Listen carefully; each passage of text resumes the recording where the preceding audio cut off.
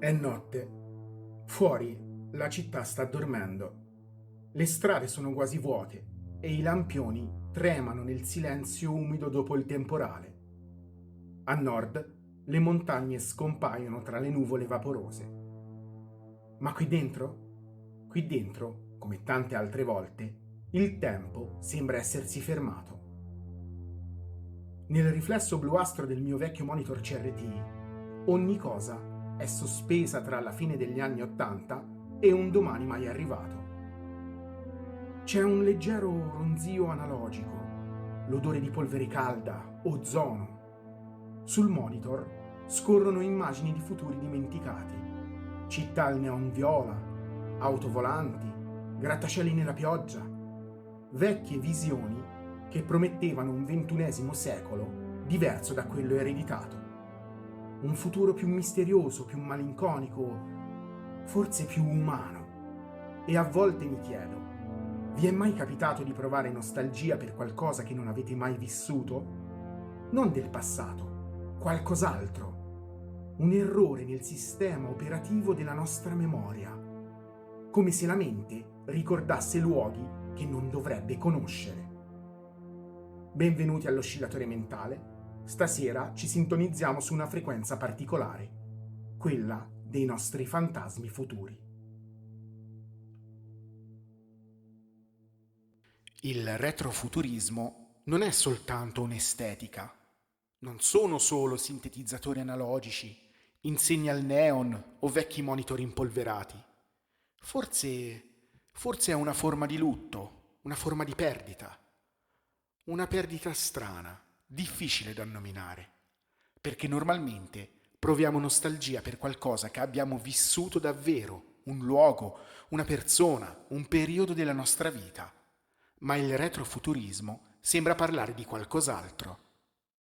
Parla della malinconia per un futuro che l'umanità aveva immaginato con così tanta intensità da renderlo quasi reale. Se osserviamo le visioni del futuro nate tra gli anni 70 e 90, ci accorgiamo che non erano semplici previsioni tecnologiche, erano sogni collettivi. C'erano città verticali illuminati da pubblicità olografiche, autostrade sospese nel cielo con macchine volanti, cyberspazi infiniti, megastrutture orbitanti e umani collegati mentalmente alle macchine. Ma soprattutto c'era l'idea che il futuro sarebbe stato enorme, non propriamente grandioso, ma strano, pericoloso, misterioso. Film come Blade Runner o anime come Akira non ci mostravano semplicemente il domani, ci mostravano civiltà arrivate sull'orlo di qualcosa. Trasformazione, trascendenza, collasso, evoluzione. Perfino nelle visioni più oscure, il futuro sembrava vivo. Poi, ad un certo punto, qualcosa è cambiato. Quel futuro immaginato non è mai arrivato e soprattutto non è stato sostituito da qualcosa di più grande. In realtà è stato sostituito da notifiche, abbonamenti, like, algoritmi invisibili, aggiornamenti automatici, schermi sempre più perfetti, ma sempre meno sognanti. È per questo che certe immagini ci colpiscono così profondamente. Pensate a un vecchio computer beige acceso nel buio, con una schermata DOS lampeggiante. In sottofondo il rumore di un modem 56K e magari l'arpeggiatore di un sintetizzatore che suona in loop un accordo di Do maggiore settima. Non stiamo guardando o ascoltando semplicemente oggetti vintage.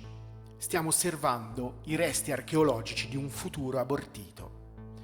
E c'è qualcosa di profondamente umano in tutto questo, perché forse ogni epoca soffre non solo per ciò che ha perso nel passato, ma anche per ciò che le era stato promesso nel futuro.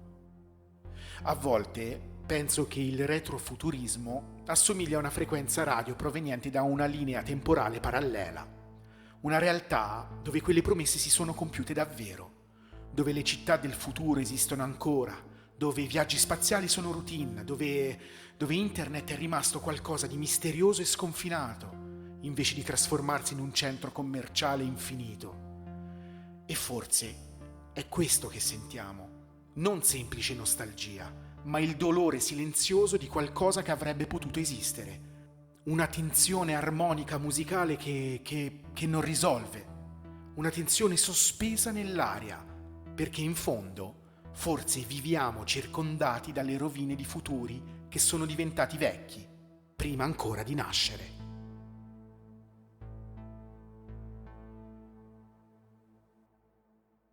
Spesso pensiamo ai videogiochi, ai romanzi di fantascienza, agli anime o ai film come a semplice intrattenimento, distrazioni, pause temporanee dalla realtà. Ma probabilmente, per quello che c'è dentro la nostra testa, la distinzione tra reale e immaginato è molto più fragile di quanto vogliamo credere, perché ci sono luoghi che non esistono, eppure li ricordiamo con la stessa intensità dei ricordi d'infanzia, e a volte anche di più. Possiamo dimenticare interi anni della nostra vita reale, ma ricordare perfettamente la musica di un menù principale o di una televendita ascoltato alle 2 di notte, magari nel 1998.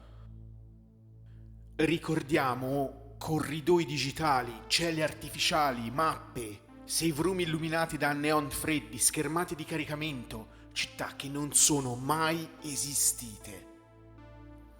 E la cosa più strana è che molte di quelle memorie portano con sé emozioni autentiche: paura, meraviglia, solitudine, senso di appartenenza. Ed è per questo che certe opere ci attraversano in modo così violento. Non perché le osserviamo, ma perché in qualche modo le abitiamo. La nostra cameretta, parlo soprattutto ai boomer come me a questo punto, non era soltanto una stanza. Era un portale. Fuori c'era il mondo ordinario, la scuola, le regole, il rumore quotidiano della realtà, ma di notte, con la luce del monitor accesa nel buio o il lumino di compagnia, quello spazio diventava qualcos'altro. Diventava il punto di partenza per la nostra prossima avventura interiore. Diventava la cabina di pilotaggio di un'astronave persa nel vuoto cosmico, una metropoli illuminata da neon freddi con mostri tentacolari. Diventava un dungeon dimenticato. E senza rendercene conto, stavamo facendo qualcosa di molto importante. Stavamo costruendo noi stessi. Perché il cervello narrativo non vede semplicemente pixel, inchiostro, vede esperienze, e molte delle persone che siamo diventati oggi sono nate dentro mondi che non esistono. Alcune delle nostre paure forse vengono addirittura da lì, alcuni desideri, alcuni ideali estetici, perfino il modo in cui percepiamo il futuro o affrontiamo un problema. Ci sono individui che in qualche modo si sentono più a casa dentro a una città immaginaria che nella propria epoca. E non è così assurdo, perché i mondi fictional funzionano come contenitori simbolici, spazi interiori dove la mente può espandersi quando la realtà quotidiana diventa troppo stretta per contenerla, dove emozioni confuse trovano una forma, dove certe parti di noi riescono finalmente a respirare. A volte penso che ogni essere umano lasci frammenti della propria identità nei mondi che ama, come dati dispersi nel cosmo digitale, piccole copie emotive di se stesso, versioni incomplete, ma autentiche. Ed è per questo che, secondo me, il ritorno in certi mondi provoca una sensazione quasi spirituale. Non stiamo soltanto riaprendo un videogioco, riguardando una vecchia serie, un vecchio film o riascoltando un vecchio disco. In realtà stiamo entrando in contatto con una versione passata di noi stessi rimasta intrappolata lì dentro. Come un'eco congelata nel tempo. Quei mondi ci sembrano casa proprio per questo, perché custodiscono parti di noi che la realtà contemporanea non sa più ospitare. Parti troppo malinconiche, troppo visionarie, troppo strane o semplicemente troppo umane. E allora continuiamo a tornarci, come astronauti della memoria, alla ricerca di qualcosa che non sappiamo più nominare. Forse un'emozione, una frequenza, forse un frammento di pneuma che abbiamo lasciato laggiù tanti anni fa.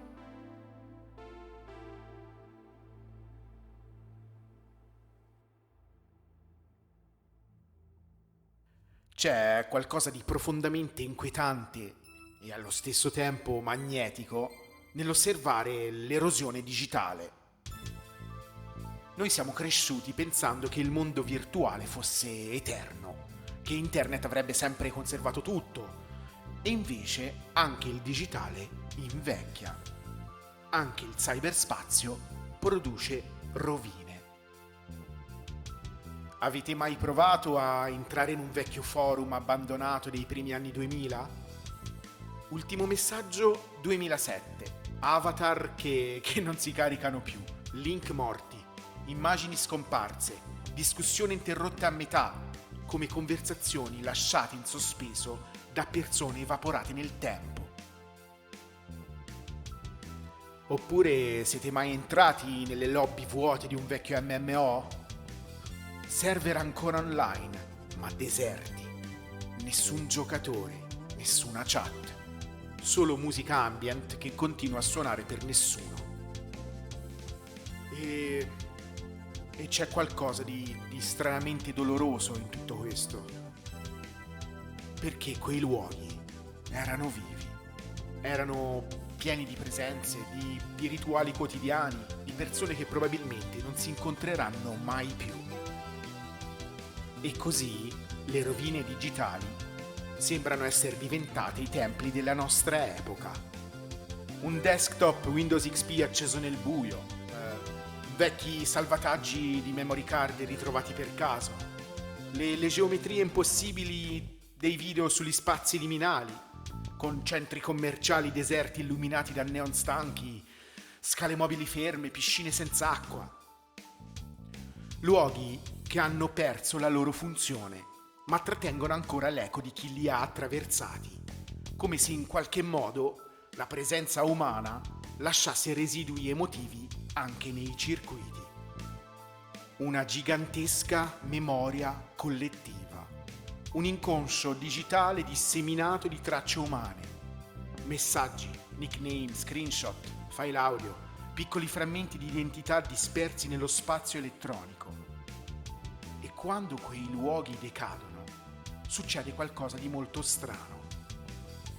Perché riusciamo a percepire il passaggio del tempo su qualcosa che sembrava non dover morire mai. Ed è lì che nasce una forma nuova di nostalgia. Perché il digitale, all'inizio, sembrava immune alla decomposizione. Un file poteva essere copiato infinite volte, un sito sembrava destinato a restare online per sempre, una memoria virtuale appariva eterna. Ma non era vero. Anche il digitale dimentica. I server vengono spenti, i formati diventano obsoleti, le piattaforme collassano, interi mondi spariscono nel silenzio, come civiltà sommerse. E forse il fascino delle rovine digitali nasce proprio da questo contrasto, dal vedere qualcosa di immateriale comportarsi come materia, consumarsi, corrompersi, scomparire, come noi. A volte penso che i video sugli spazi liminali siano così inquietanti perché sembrano fotografie scattate pochi secondi dopo la scomparsa dell'umanità.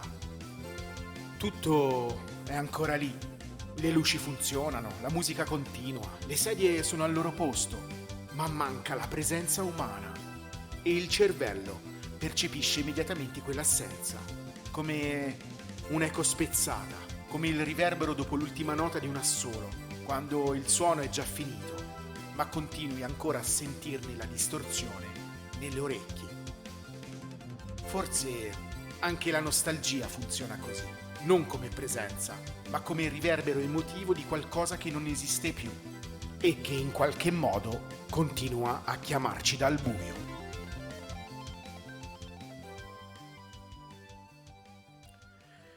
Eppure, se continuiamo a scavare sotto questa malinconia, arriviamo a qualcosa di ancora più profondo. Perché probabilmente non ci mancano davvero quei mondi immaginari, non nel modo in cui pensiamo. In realtà non abbiamo nostalgia di quelle città al neon perché erano belle o di quelle astronavi perché erano affascinanti. Ci mancano perché promettevano una versione diversa di noi stessi. Quando diciamo avrei voluto vivere in quel futuro cyberpunk, in realtà stiamo dicendo qualcos'altro.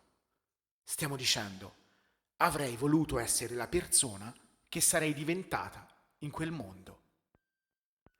Più libera, più misteriosa, più visionaria, magari perfino più viva. In fondo, la fantascienza non parla mai davvero di robot, astronavi o intelligenze artificiali. Parla sempre di esseri umani, delle loro paure, delle loro possibilità, della loro trasformazione. Ogni futuro immaginato è anche uno specchio, una domanda mascherata da paesaggio. Chi saresti diventato se il mondo fosse stato diverso? Ed è proprio questo che ci ferisce. Le linee temporali mai vissute, le identità rimaste incomplete, i sogni abbandonati lentamente, quasi senza accorgercene. Perché crescendo succede qualcosa di strano. Molte persone non smettono di sognare all'improvviso, semplicemente abbassano il volume.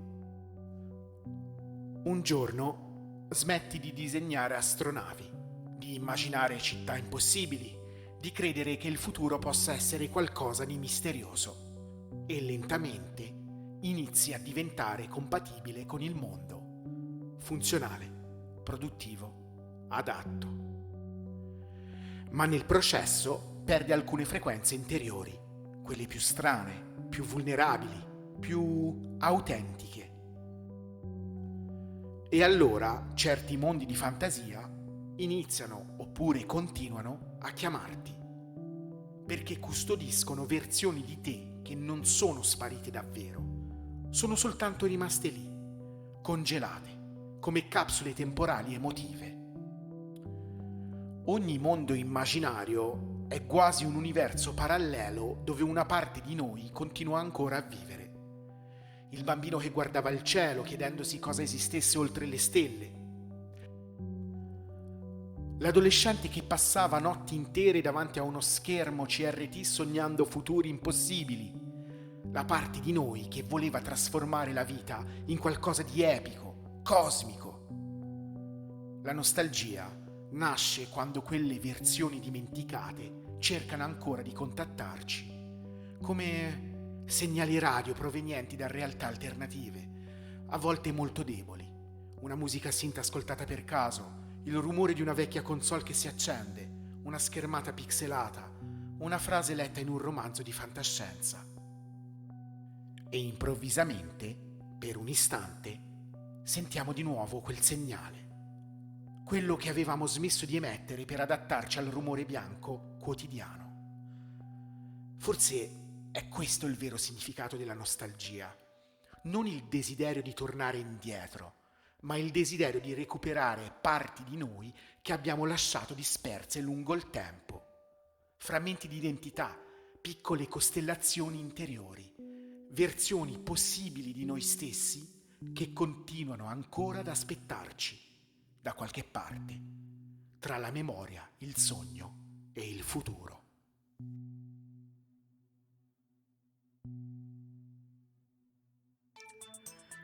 E mentre le luci della città scorrono fuori dal finestrino e i LED dei miei strumenti continuano a pulsare nel buio, mi rendo conto che continuiamo a creare mondi perché sentiamo che manca qualcosa.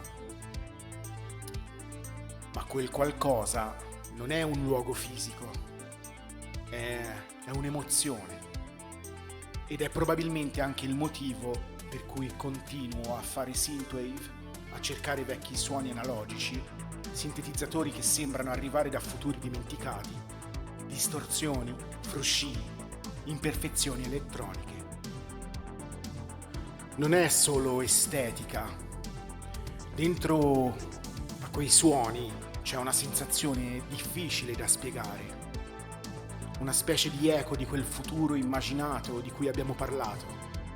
E forse facciamo tutti la stessa cosa. Nei film che riguardiamo, nei videogiochi in cui torniamo dopo anni, nei libri che rileggiamo più e più volte, in tutti quei mondi di fantasia che continuano a sembrarci casa.